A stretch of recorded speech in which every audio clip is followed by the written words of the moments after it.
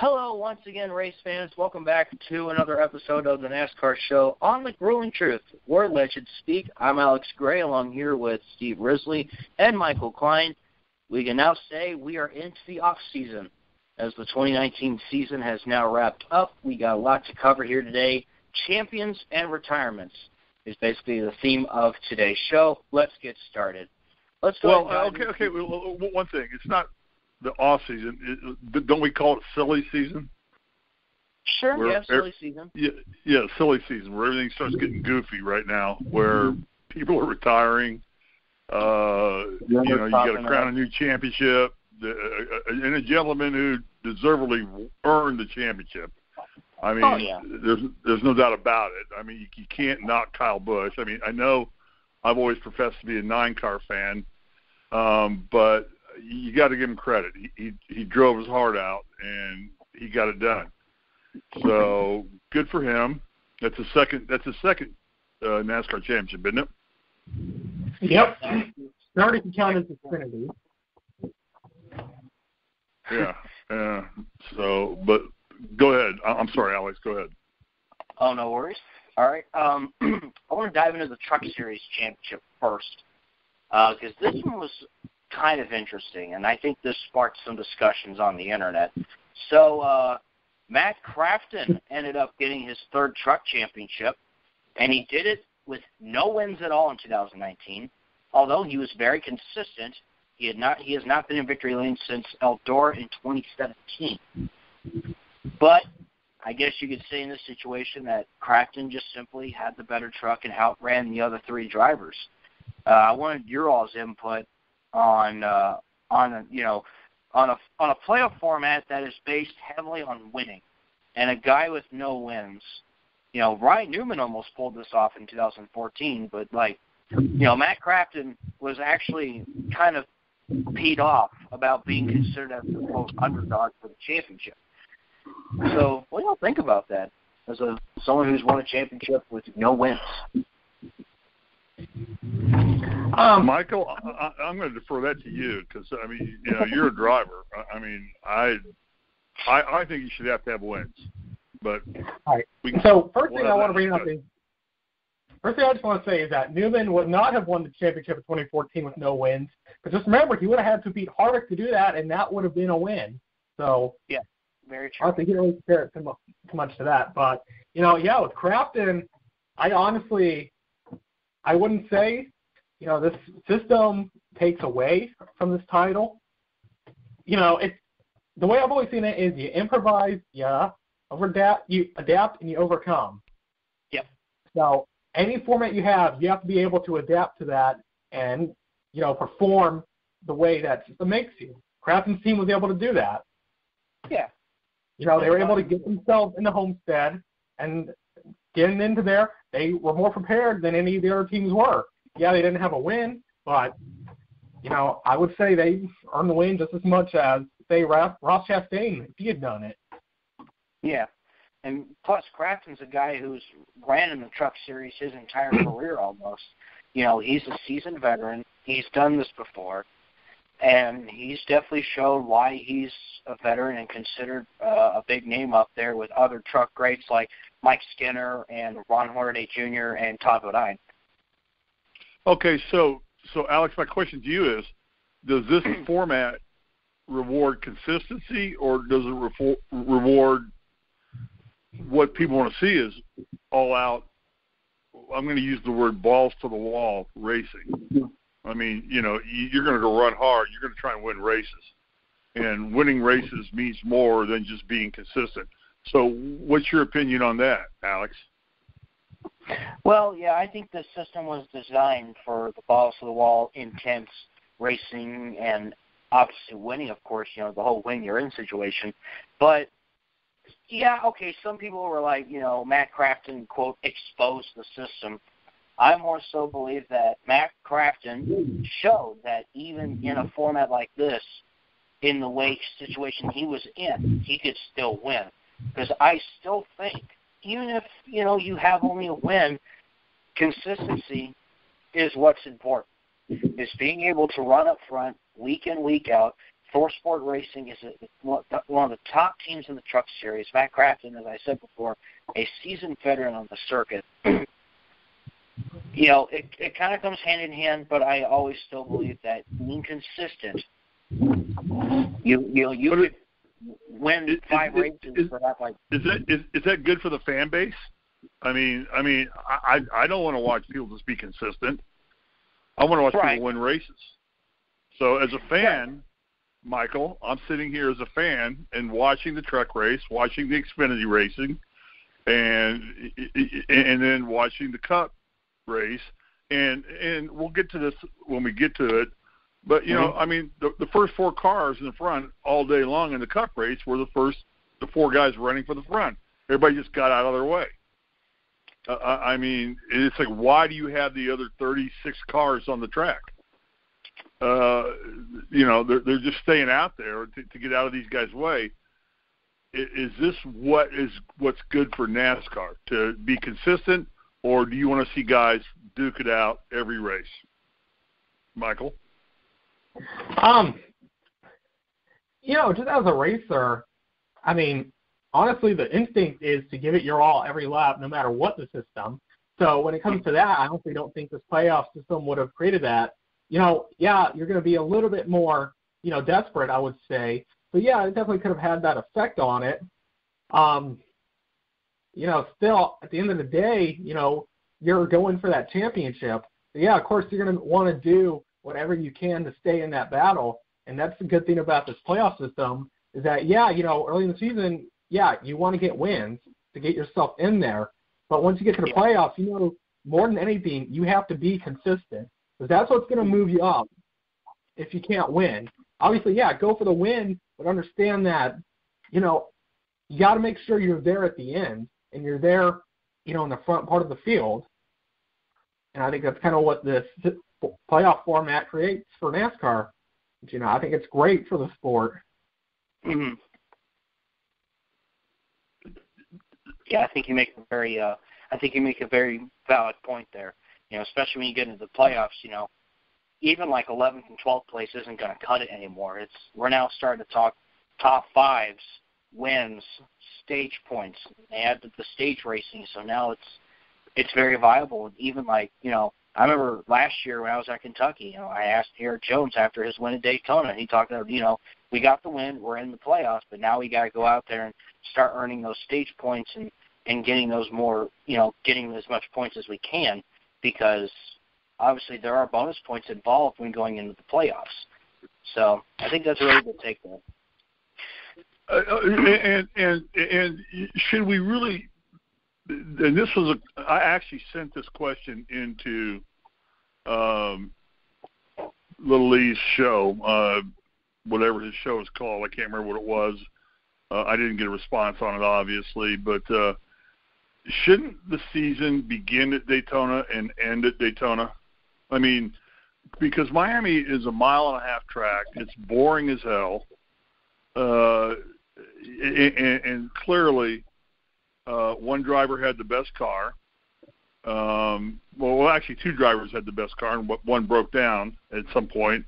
But shouldn't they just start the season at Daytona and end the season at Daytona, and do it with all 3 series? Just say, we're going to start it at Daytona. We're going to run all 3 series at Daytona in February. Then we're going to in November we're going to finish with all 3 series at Daytona, and let them have it out, because that's the wild card. I mean, that's the one. Or is that not fair? I mean, I don't know if I want the season to end at a track like Daytona that can be so unpredictable. So why not? Stumping me here, I won't lie. No,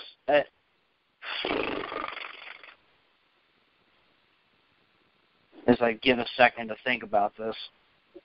Yeah, I know, and I've thought about it too. And I was watching the Lee show. He had Everham on yesterday, and I was watching the NASCAR NBC's NASCAR show. I'm thinking, why don't we just start and end at Daytona? I mean, that's their hometown. True. Start and finish there, and let them have at it. Just let them go. And yeah, it's crazy. It's nuck and fudge. Is basically what it is. But that's the way it goes. Yeah, that's my thought. What do you guys have? What's your opinion on that? I'm just throwing out stuff out there right now. Well, personally, I would like to see that. I mean, yeah, I think it would be a fun thing to try to end the season at Daytona because, of course, next year the regular season will be ending at Daytona. But I think it would be rather interesting if the season did end at Daytona, or even I would like the idea of rotating the championship finale and really mixing it up and giving a new challenge. So 1 year it could be Homestead, 1 year it could be Daytona, the next year it could be Atlanta or something like that. You know, just kind of mix it up. And, they're going to Phoenix next year. I mean, the season's going to end in Phoenix next year, correct? That is correct. Yep. And that's what? That's a mile track. Yep. Yeah. And what the heck is that all about? Really, seriously? Yeah, I'm not gonna lie. I was rather surprised that they moved it to Phoenix because I was on Twitter during championship weekend, and a lot of people were like, "Please don't leave Homestead. Please don't leave Homestead." And you know, obviously, Homestead has made a lot of memories with hosting the championship weekend, dating back to 2002. They've done a great job. Yes, Homestead's, and honestly, I feel like Homestead is the perfect championship venue. I just love when it gets to that point in the race when the sun is setting, and because it's like the sun is setting on another season, right? I always had that vibe that it's just like this track is the perfect championship host. Because I saw a clip from after they reconfigured it for 2003, and they ran the Ford 400 in 2003. Alan Bestwick even said like this is the perfect championship venue. So I love digging out those old clips and hearing stuff like that, and finding it real interesting. So I'm going to miss Homestead hosting it for sure. Obviously, the way the Phoenix race went a couple weeks ago, I don't know how. A lot of people are very torn about Phoenix hosting it next year, so I guess we'll have to wait and see. Michael? I mean, it's going to be weird just going to another track for me, just because I've only ever grown up going to where they go into Homestead. So it's honestly almost like the end of an era, it seems like, having it move away from, and even from that type of track, because you remember before that it went to Atlanta, which was very similar in configuration, before the reconfiguration of it. So it's, on one hand, I guess I'm excited for it because it is something new, and I do kind of want to see what's going to happen out of it. But if the racing this year was any indication of what it's going to be next year, I would be dreading it so hard. Yeah, that's what I'm worried about. And Alex, the question I would have for you is, why don't you just run it in Charlotte? If they're not going to run it at Daytona, I mean, that's the home base of NASCAR. Is Charlotte? Yeah. Why don't they run the final race at Charlotte Motor Speedway? I mean, that's a mile and a half. It's a 2 mile track, isn't it? Mile and a half. Mile and a half. Okay, but it's a high bank track, so it's a super speedway basically. Yeah. So why don't they just run it there and crown their champion there? And then now they're going to Nashville to have their party. I don't get why they just don't do this whole stuff in Daytona. I just question all that. I'm getting your guys' opinion on it. Yeah, I can see the argument for Daytona because obviously that's where NASCAR was first organized way back when. Yeah. There's a lot of history there. So I can definitely understand that. That's where NASCAR was born. And, of course, where NASCAR lives is now Charlotte. Again, Charlotte's also a good choice for a championship finale. Yeah, really, I think you can rotate it between certain tracks. There might be a few tracks that may not be able to in November, such as, I don't know, Michigan or Kentucky, because unless you want to race in 25 or 30 degree weather, it's really good. But yeah, and the answer to that is the Masters is always played at Augusta National. It doesn't change. It's always there, and that's one of the greatest championships any sport or athlete can win. It is to win a green jacket, but it's always played at Augusta National. Yes. So why not create a home base where you say, this is where we start and this is where we finish? Mm-hmm. And let's get off the subject because, we're beating a dead horse now. Yeah. We got to talk about the other two championships as well. Yeah. So, Xfinity. Moving on to Xfinity. Moving on to the Xfinity Series. Basically, it was a battle with the big three. Really, as a lot of people have said on Twitter, from what I've seen, is, quote, the future of the sport between Tyler Reddick, Christopher Bell, Cole Custer, and Justin Allgaier as well.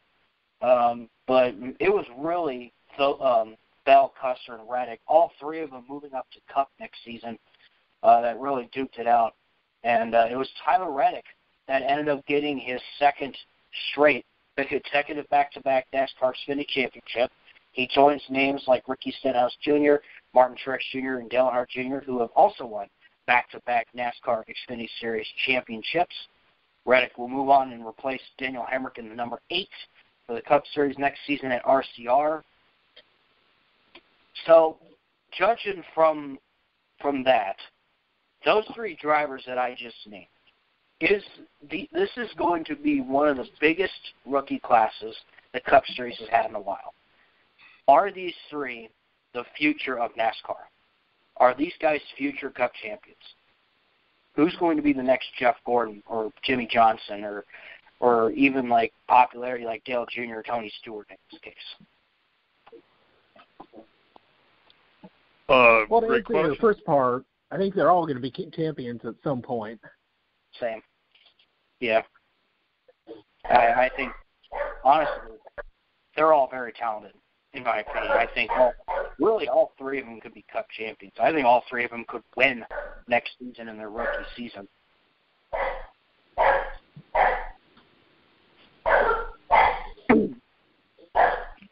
Hearing dogs barking in the background. Pardon? I hear dogs barking in the background. Yeah, my dogs are barking at something. Probably the mouse ran back in the house. We have a mouse in the house. Mickey. We live in Los Angeles, so I named him Mickey. Yeah, I was going to say maybe they're excited about the rookie class as much as we are. No, there's so much talent coming up right now because the Xfinity Series has gotten so strong that the driver development has gotten so good, and unfortunately, guys like Suarez and everybody that they get booted out or they get moved over to somewhere else, and they don't do it's just like, if you don't produce, what are you doing for me today? And unfortunately, it's become that way. And back when I grew up watching NASCAR, and I'll admit I'm 60 years old, so I grew up when Earnhardt was a rookie and watched him grow up to. I mean, they RCR never gave up. I mean, Richard Childress and Big E never left their side. But these guys now just jump ship like crazy now. But there's so much more sponsorship money involved now that so. Alex, do you need to come with sponsorship money to be a NASCAR driver now? Is that the most important thing, or is your talent the most important thing? Yeah, sponsorship. As a driver, I can tell you that. Yeah. I think sponsorship is more crucial than ever before. It doesn't matter, because some of these guys that don't have sponsorship have there's a lot of talented guys out there, but unfortunately, if you bring the sponsorship dollars that is going to help fund that team, then they're going to sign that driver. And I know a lot of people hate it, but I have to say, that's how it is these days. It is what it is. However, I will say that if you can show you're talented, that could help you getting that sponsor. Yes, certainly. So there's a lot of good drivers getting booted out of seats. at the end of this season. You know, we're getting this. We're going to call it silly season, and that'll be the rest of our weekly shows. I mean, we'll continue to do a weekly show, I hope. But it's going to be about silly season. But there's a lot of good drivers that are getting booted out, and my primary feeling is it's because they can't bring the sponsorship money in to fund the car. Yeah, but you know, looking at a guy like Daniel Suarez, who I believe still has Aris as a sponsor, I have a feeling that he will end up somewhere. There's already rumors of potentially where he could wind up. I've heard some rumors about him going to RCR, for instance. So, I mean, you know, unfortunately, yeah, it does come down to sponsorship. You know, you look at a guy like, you know, Ross Chastain, who, you know, he got his big break at near the end of the 2018 season. He won a race. You know, he was expected to run for an Xfinity championship. Then the whole DC Solar got raided by the FBI, and that all happened. And Chastain kind of out of a sponsor.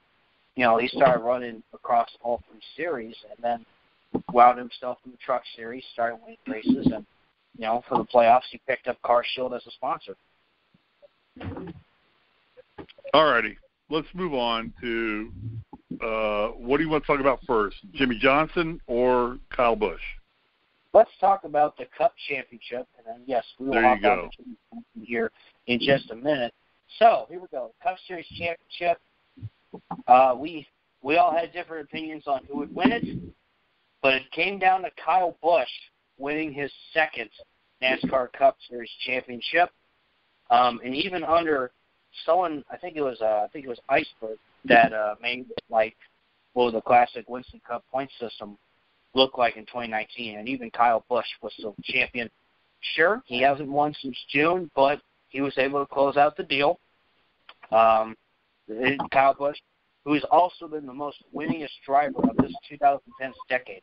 He's been the most winningest driver in NASCAR. He's like 40 wins. It's like 40 wins or something like that? Correct, yeah.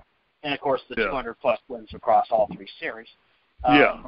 He's won it. Yeah, he's won huge in every series. Yeah, I mean, he's surpassed Petty, basically, I think, hadn't he? Yeah.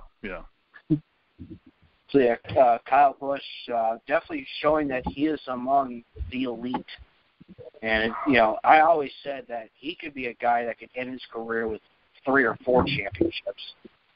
And, of course, some people jokingly say he legitimately won it this time because, of course, when he won the title in 2015, that was when he got injured at Daytona. He was given the playoff waiver. Although, I mean, hey, he made that incredible comeback to show why he's a great driver. He won, 4 or 5 races when he came back.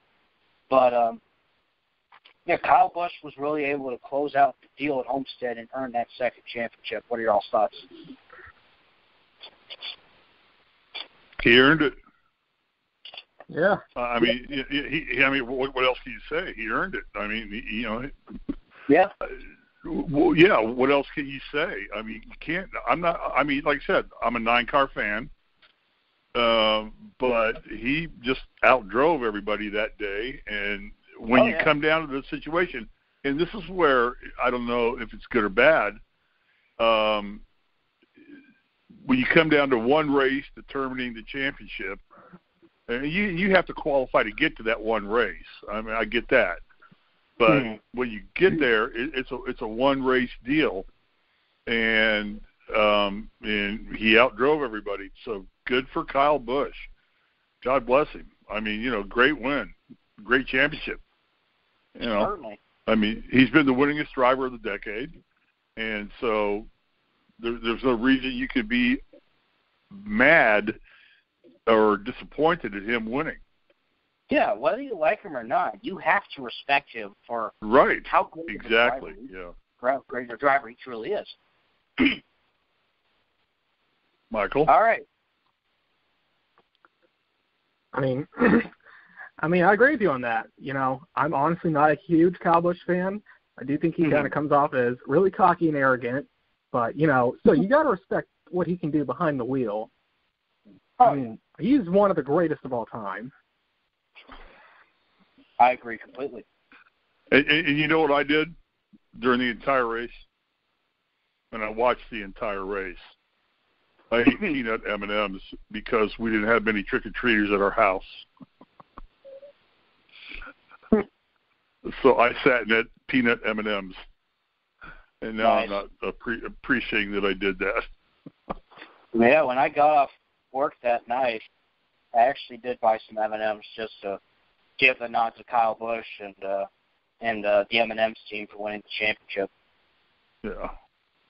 So, all right. But so, and the question I have about the championship is what are your guys' thoughts on the fact that, like, all four of the championship cars ran in 1, 2, 3, and 4 pretty much all day? You had 3 Gibbs cars and you had an SHR car. Yep. Do people just get out of their way and let them go and let them have at it? Or should they be racing as hard as anybody else to try and get the last win of the season? Well, I think you're going to want to end – I think anyone's going to want to end the season on a high note. I think they're going to – some may back off, but I know guys like even Kyle Larson will race those guys no matter what, because even if you're not in the playoffs in Championship 4, some of these guys out there, they're racing for their ride. They're racing for their future. They're racing for 2020 momentum. You know, there's a lot of factors that come into every single driver that, leads us to the green flag at the final race of the season. Michael? Yeah, I mean, I totally agree with that.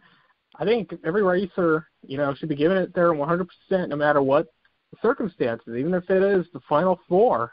And now if you're a lap down, then yeah, I would say give them some room. But I think that's just kind of common courtesy thing in NASCAR, unless your name is Ryan Newman. Yeah, could you just imagine I wouldn't if give Busch anybody had any. caught up? I would not give anybody any room. I mean, I would not do that. I was like, no, I'm trying to win this race. I have sponsors. I got tags on my car that I need to get, money from next year and things like that. And I wouldn't do that. I'm saying, no, I'm sorry. Let's rubbing us racing, boys. Let's get after it. I wouldn't do that. Yep. Yeah, certainly. All righty. So, yeah, once again, a big congratulations to Matt Crafton, Tyler Reddick, and Kyle Busch for winning the championships across all 3 series at Homestead, Miami. So let's move on to the big news. And I think this is something that we saw coming, but it was announced yesterday, and he had his press conference about it today. Jimmie Johnson will retire at the end of the 2020 NASCAR Cup season. 7-time champion, 83 wins, 2 Daytona 500s. The GOAT, as many people call it. I think he's certainly one of the greatest of all time. He's got 4 Brickyards too, doesn't he? Yep. 4 brick. I got to see him win one of those in 2009. 4 All-Star wins. What's that? I also got 4 All-Star wins. I think that's more than anybody. Yep, 4 All-Star wins. Yep. For a while, he made Charlotte, when it was still Lowe's Motor Speedway, he made that his home. I mean, he dominated that track. I remember so much as a kid, the 2005 Coca-Cola 600, when he edged out Bobby Labonte in that photo finish. Oh, man, that was an incredible finish. And I know some people may not like him, but once again, I said this about Kyle Busch, I'll say this about Jimmie. I have mad respect. I have so much respect for a guy like Jimmie Johnson. I know he struggled the last 2 years, and obviously I'm hoping that, he can end 2020, his career, on a high note. Here's a guy who was racing in Baja trucks in the 90s. He got a shot at the Busch Series. Obviously, one of his earliest memories was that scary incident he had at Watkins Glen when his brakes failed on him. And then he climbed out of the car and pumped his fist up in the air. And then his only career Busch win the next year at Chicagoland in 2001. And then Jeff Gordon, eyeing him, tells Rick Hendrick, hey, give this guy a shot. So Johnson ends up in the number 48 Lowe's Chevrolet for 2002, and the rest was history. He went off, won a lot of race. Obviously, he came close to potentially being an 8 or 9-time champion with just how incredible he was. Even in his rookie season, I think with like 6 to 8 races left in the season, he was in the hunt for the championship as a rookie. And of course, 06 to 10, 5 straight championships, absolutely unheard of. What are your all's thoughts on the retirement and the success of Jimmie Johnson? Well, I think he's up there with Earnhardt and Petty. I mean, it's 7 championships. Mm-hmm. I would have loved to see him get number 8 just to break the mold. But I don't know that's going to happen. And the question I would have would be for Michael is, what skill sets, you're a driver, so what skill sets fall off you're driving a power steering car, you get same horsepower, same engine, you're driving for, Hendrick, one of the best teams in the sport. What falls off as you get older? I mean, I feel like I could drive the 405 today, and I'll be fine. I'm 60. I can drive down it, and I'm not going to kill myself doing it. But I'm not doing it at 200 miles an hour either. So, but what skill sets fall off for a driver where they feel like it's time to retire? I mean, I would think Jimmie Johnson, as great a shape as he's in, could drive forever. Is it the relationship with his crew chief? Because, he and Chad Canals broke up. Is it just the lack of desire to win that much anymore, or what falls off for these guys?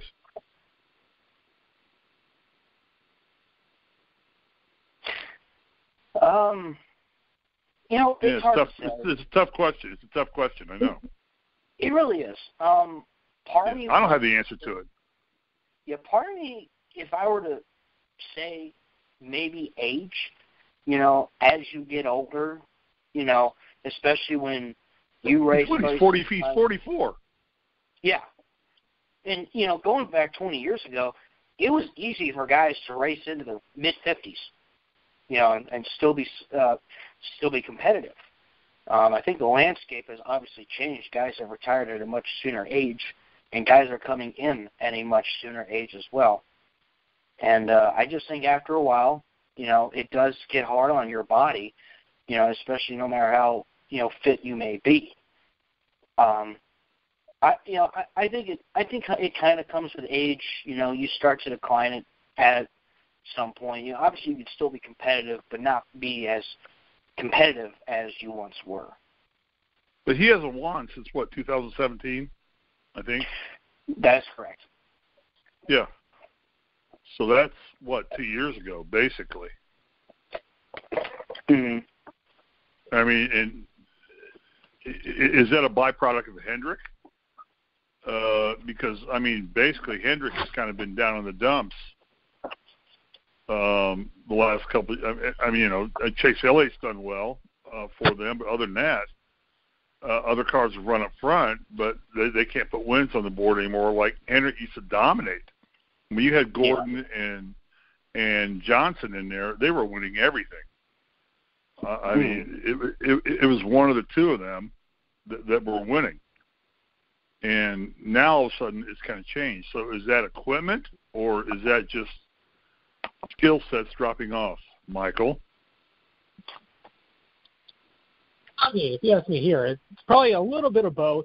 Of course, Jimmie Johnson's getting up there in years, for drivers. So, you're going to see that fall off, at least starting. And equipment, Hendrick did have a bit of a decline, but it seems like they're kind of starting to bounce back from that. Mm-hmm. They got 4 wins this year. They got 3 cars in the playoffs. So I honestly don't really see any reason why Jimmie Johnson wouldn't have been able to, get a win this year unless it was his own personal performance that was having an effect on that. Mm-hmm. Okay, this is the stupidest question I'm going to ask all day. Jimmie Johnson Hall of Famer? Yes. Yes. First ballot Hall of Famer. No doubt. First ballot Hall of Famer. Yeah. No brainer. He's going to be in the Hall of Fame. I mean, 7-time champion. That's up on NASCAR's Mount Rushmore there. Yeah. Can he mount it? He's driving next year full season, correct? Yeah. Yeah. Can he mount a challenge to win his A championship next year, guys? I think it'll be tough, but I certainly think he can still win a race. An eighth championship would be tough. I would love to see it happen. If it did, I would be thrilled for him. But again, I'd like to at least see him end his season, end his career on a high note. Yes, I agree. Mm-hmm. I agree entirely. I think we all agree on that. You know, we want him to go out as a champion because he is a champion. Okay, Alex, silly season. What do we got going on? Who's moving where? Who's going where? All right. Well, it was announced that Advanced Auto Parts will be sponsoring Ryan Blaney as a primary for 4 races next year. Atlanta, the first Richmond race, Watkins Glen, and the Bristol Night race is a multi-year deal that includes being an associate sponsor for the rest of the year. One part-time Xfinity driver has been announced for RCR, Myatt Snyder and Tax Slayer. Sauce boy. That's right. Myatt Snyder and Tax Slayer will make select Xfinity starts with RCR beginning at the 2020 season opener at Daytona on February 15th. GMS Racing has officially announced that its Xfinity Series program will not return next season. So that leaves John Hunter Nemechek as a free agent. But it also could look like that he may just wind up at Front Row Motorsports in the 36. Excuse me. Let's see. Okay, so who's going into the 48 car? And that's actually a topic I wanted to discuss because I think already tons of people have been discussing it, and it's been a day and a half since he announced his retirement. I'll start this conversation. I will say this: Bubba Wallace. Bubba Wallace in the 48 car. Bubba Wallace in the 48 car would be monstrous. I love Bubba Wallace. That guy drives his tail off. He drives hard. I don't know if Hendrick would want him after, what he did with Bowman and Gordon at Charlotte. That is true. That does create a little controversy. I think you need an outlaw. Everybody needs an outlaw. True. I think there's about 12 drivers that might be candidates for the 48. I've seen so many different names be discussed. A lot of people think Kyle Larson might be a big name that can go to Hendrick in the 48. Let's see. Some people. Okay, that would be epic. That would be very interesting. Noah Gragson, since he's in Junior Motorsports Xfinity program, but I also do feel like he's going to have a really good 2020 Xfinity season, possibly a championship season if he wants to get called up. I mean, it's possible. It is possible. There's like probably 12 plus different drivers that I think could go to the 48. Name them. Name them. Who? Oh, I mean, if you can. I don't put you on the spot. So yeah, Ross Chastain may be a possibility as well. You never know. Daniel Hemrick, because he is going to drive a part-time schedule for Dale Jr. next year in the Xfinity Series. Oh gosh, I had a list of names that I thought about of who could go to the 48. Yeah. Okay. And I don't put this. What about a female driver like a Haley Daniel or Natalie Decker? Oh well. Oh my God, no. Those two are a little. Okay. All right. Well, it's conversation. That's fine. I'll take the heat. They're a little far away from being in a Cup car. This will be a stretch, but maybe Justin Haley even. Daytona Cup winner Justin Haley. Remember, because I never thought of that, but yeah. Yeah, Ally is locked in to sponsor that car through 2023. They are with Hendrick until 2023. So even so, they don't have sponsorship. Guess what? They're hooked. They're good to go. They got Ally, possibly. Now, of course, they'll announce this at a much later date. Who knows exactly? And it's going to be really interesting to find out exactly who could go to the 48. Because, oh my gosh, there's so many possibilities that could, who could go to this car. Part of me wants to say even Jeffrey Earnhardt. Obviously, I don't know what his 2020 plans are, but he did prove himself at JGR. So, I mean, hey.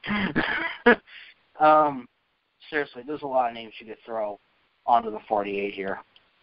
Any other drivers that you guys might have ideas for?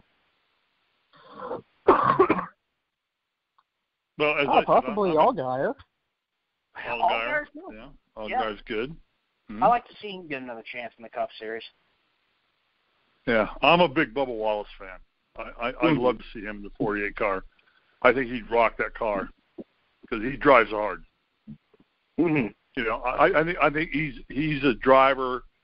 Bubba Wallace is a driver who's better than the equipment he's riding in.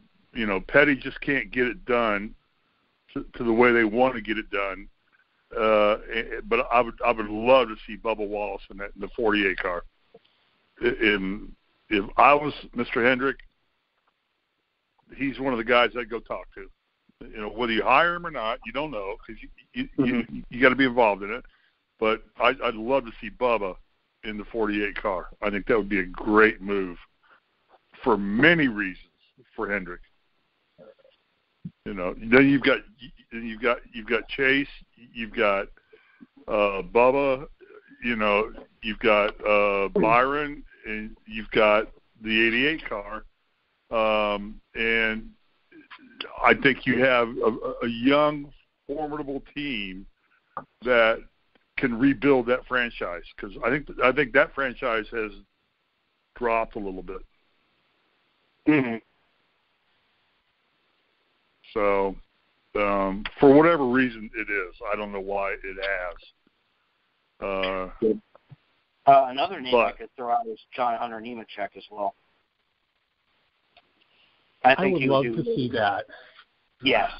That's another good call. That's a great call. John Hunter Nemechek would be a great call. He's very underrated, and he's done well with the situations he's been in. Like, he drove for his dad's team in the Truck Series, and at one point, they didn't know if they were going to be at the next race, and then he won 2 straight races, and they were set the entire year. Bob Poppers did make a tweet yesterday saying that Ally, as I said before, is committed through 2023. The options pretty much are whoever Rick Hendrick wants. They'll likely talk to him. Bob Poppers said that he would think that Larson would be the first call, although his desire to continue dirt racing might be a hurdle in those talks. So that's something interesting to think about. All right. So, are we all happy with Kyle Busch winning the championship? I'm completely fine with it. I'm fine with it. I'm not really happy about it, but I accept it. Why? Because Michael, you want to win the championship, right? Yeah. And plus, I'm a bit of a Truex fan, so find a sponsor. I'd rather have Kyle Busch win it than Truex. I'm not a big Truex fan, but that is okay. This conversation's over. Driver. I'm afraid this is going to be my last week on the podcast. This is getting back. Like, I better wrap this up so these two don't fight when we go off the air. Are you a big Truex fan? You know what? I kind of am because when I was a kid, I was a huge fan of his because he was driving for Champs 2, the team that was owned by Dale Jr. and DEI. And I even met him in 2005 before the Kentucky Busch race that year, too. He signed my number 8 Bass Pro hat that I think is at my dad's place in St. Louis. So, I can't help but have a good side for Truex. There you go. Yeah, that's kind of where me being a fan of him stems from. I mean, my parents have always been a fan of his. My dad, not so much lately. My mom still is. You know, we were a huge fan of him back when he was in the Xfinity Series, and we just kind of kept being fans of him as he moved up to the Cup Series. And it's just so awesome to see him finally having the success. Like, see, and the funny thing is, I'm only a 9-car fan because I've gotten to meet Bill Elliott about 4 times and speak with him. Because when he was at the Brickyard and we had the Viagra car with Mark Martin driving it, and I had hot passes. I was in the pit lane, and Bill Elliott was one of my favorite driver. So it's not the fact that I love Chase Elliott as much as I loved his dad as a driver. I mean, loved. That's a weird word to use. But I liked his dad as a driver, and I got to speak with him several times. And so you kind of get attached to your own favorite teams, whatever you want to do. So that's fine. And Martin Truex is a great man, great driver. I know that he and his girlfriend have gone through a lot of hell with the cancer and stuff like that. It's been going on with them, and they fought through it, and they're coming through it. So it's all good. Mm-hmm. Yeah. All righty. Anything else we need to cover here? I've got a bunch of stuff on powerboat racing. If you guys want to talk about that. What is it? Powerboat racing, Thunder on the Ohio. Oh, powerboat racing. Okay. Yeah. We'll save that for another show. All right. I also wanted to make a quick note real quick here. Michael, his brother John, and I actually got to see the Ford versus Ferrari movie this past weekend. Is it good? It's very, it was very incredible. Good. It was good. I can't wait to see it. Yeah, you will learn a lot about sports car racing as well, back then especially. I mean, it's a terrific story. Loved every minute of it. Yeah, and I looked it up, and apparently it actually told the story pretty accurately. Yeah. Some things were, dramatized. Like when I heard that one guy who, I don't want to spoil anything, but, the bad guy, okay, let's just say that. I'm sure you know who I'm talking about. No, he wasn't actually like that in real life. Ken Miles? No. I'm not going to get too much into it. It was one of the Ford executives who I'm talking about. He was kind of portrayed as one of the antagonists, but... Yeah, Josh was the guy who was running the racing department, I think you're referring to. Yeah, Josh, what was his name? Leo the actor. Something like that? Yeah, Leo, was his name in the movie, but it was played by Josh, the guy that was in the basketball movie, Glory Road. Wasn't it? Yeah, I don't know. I mean, I've seen enough clips on it out here, but I don't go to movie theaters. So I refuse to go somewhere where I can be shot up. Yeah, one thing, I do apologize for the spoilers, but one thing that I learned, I didn't know that Ford was actually trying to... buy Ferrari. Buy Ferrari. They were trying to buy Ferrari. Enzo said, no way. Yeah, and then Fiat swooped in and took in Ferrari. So I was like, wow. I do love... well, wasn't it true, actually, and it's sort of, we're getting this topic now for 30 seconds. Didn't Chrysler own Fiat and Ferrari at one point in time? I'm trying to remember. I think didn't Iacocca buy Fiat, which then owned Ferrari, and then Ferrari bought themselves back out. The family bought themselves back out, and they're back in Maranello. I believe that's close to the story. Now, I've not seen the movie, so... Yeah. Oh, here's another fun thing I just learned. There was one, early on in the movie, they were running at Willow Springs. It was an SCCA race that Ken Miles was running in. And at one point, he was racing for the win against Dan Gurney. And funny enough, Dan Gurney's son, Alex, played as his father. So I think that's really cool that they actually got him to do that. I didn't notice that. Yeah. Dan Gurney ran the Eagle, right? Wasn't that his car? Yeah. He ran the Eagle. Yeah, I think so. Yeah. I can't wait to see the movie. I mean, I just like I'll wait for it to come on video. I won't go to a movie theater. Mhm. Not going to try that out here in California. Yeah, too many stupid things happen out here. Mhm.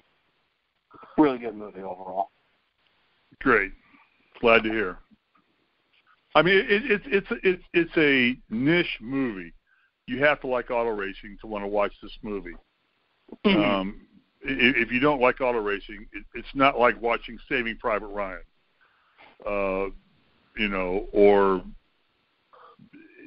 any one of these Oscar-type movies. But from what I've seen of it, and my son's in the industry, so he's actually trying to get us a copy of the disc. So I can watch just at home. But, yeah, I've heard wonderful things about this movie.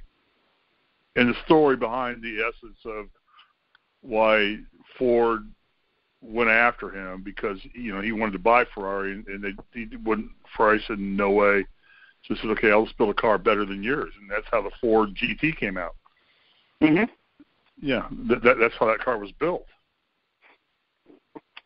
And they go to Le Mans and clean house.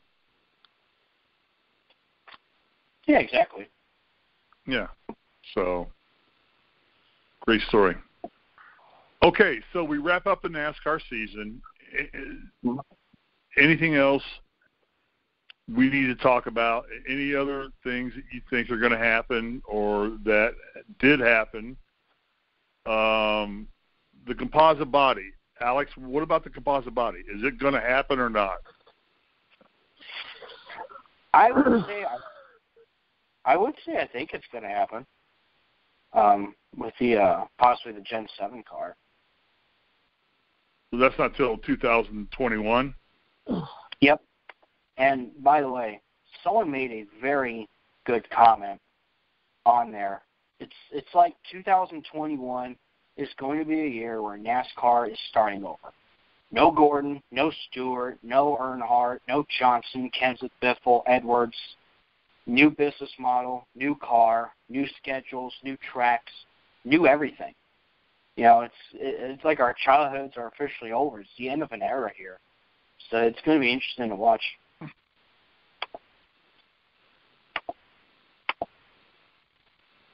Michael, comments?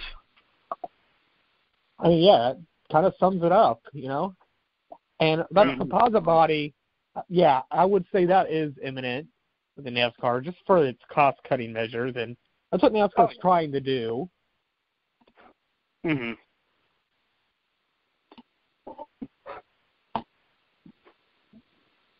Okay, and why does it take so long to do this in NASCAR when they've been doing it in Xfinity for a year already?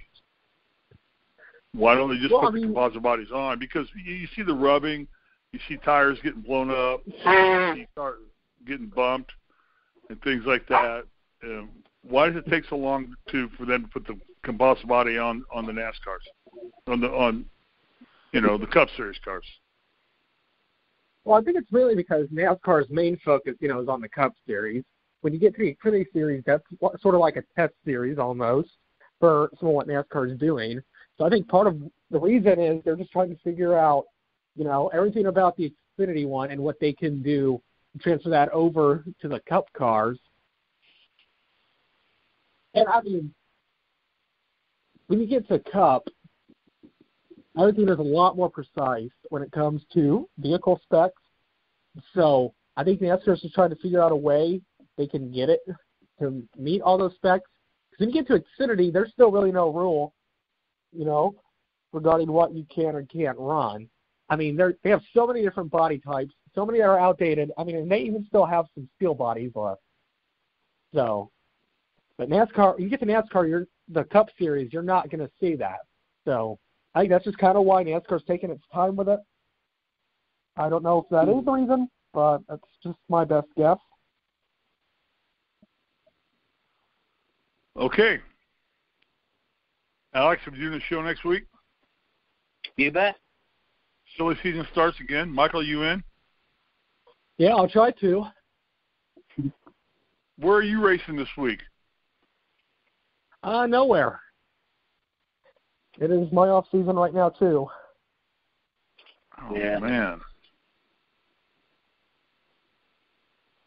Yeah, unfortunately, it's going to be quiet these next few months with no racing. But, I mean, hey, before you know it, Daytona's going to show up. Daytona will be here soon, before you know it. Well, yeah, and that's where we kind of start next week is start talking about prognosticating for Daytona. You know, what are we going to do? What's it going to look like? We got silly season going on right now. Drivers changing cars. Sponsors changing cars. So hopefully next week we'll be able just to have a short discussion. Of course, nothing short with me. But then again, I'm 6'8", so it's okay. So, but yeah, let's just plan on the show next week, and we'll talk about looking forward to the off season. We got the awards ceremonies coming up. Congratulations to Kyle Busch, no doubt, great champion, earned it, deserved it. How many wins, Alex? How many wins did he have? 6? I think so, for 2019. Yeah. Let me check for you.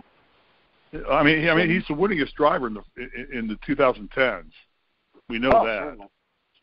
Yeah, he won 5 races. 5 races, okay, 5, not 6. Okay, good for him. Congratulations to Kyle Busch on winning the NASCAR championship. With that being said, I'm done. All right, I'll go ahead and wrap up the show here. I want to thank you guys so much for once again listening to the NASCAR show here on the Growing Truth, and thank you guys so much for listening all season long. We got the off season or silly season ahead of us, and as I said before, Daytona will be here before you know it. From Michael Klein, Steve Risley, and myself, Alex Gray, we're signing off, and we'll see you next time. Boom.